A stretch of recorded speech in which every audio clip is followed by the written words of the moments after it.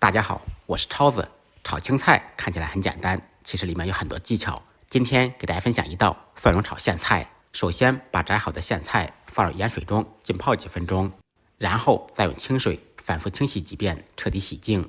洗好以后，放到带孔的容器中控下水分。小料准备3-4粒大蒜，趁其不备拍匀剁碎。喜欢吃辣的朋友可以放几个干辣椒或者小米辣。炒苋菜不能直接炒，锅中做水，放入1小勺盐，少许植物油。开大火把水烧开，水开以后放入苋菜，在锅中焯下水。焯水可以去除苋菜里面的草酸，不要煮的时间太久，心中默数30个数。煮好以后捞出来。焯水的苋菜用勺子压干水分，水分不控干，炒出来就会水尿巴汤的，不好吃。另起锅，锅烧空气，锅热以后放少许猪油。炒青菜用猪油炒，这也是更香更好吃的秘密。油热以后放入蒜末、干辣椒，爆出香味。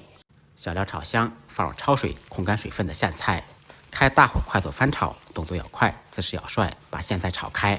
接下来开始调味，调味很简单，只需要放入适量的毛毛盐，一点点白糖，10几粒味精或者鸡精。炒青菜是不需要放酱油的，继续大火翻炒均匀，使调料全部化开。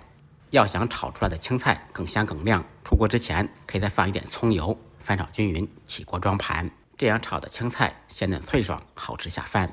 简单的家常菜，不一样的味道。感谢大家的支持点赞，再忙再累记得按时吃饭。下期视频见，拜拜。